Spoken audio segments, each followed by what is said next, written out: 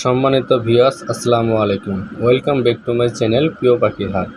আজকের ভিডিওর বিষয় হলো পাখিকে কতদিন পর পর শাক খাওয়াবেন, শাক খাওয়ালে কি কি উপকারিতা পাওয়া যায়।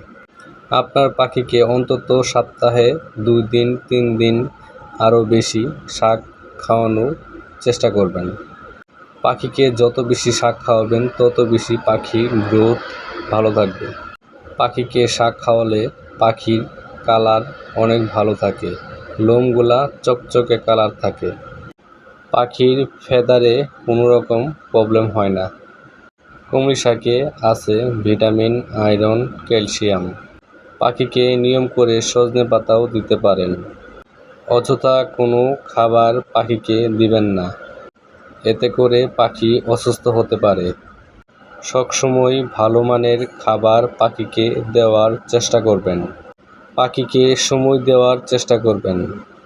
পাখি অসুস্থ হলো কিনা এটা খেয়াল রাখবেন।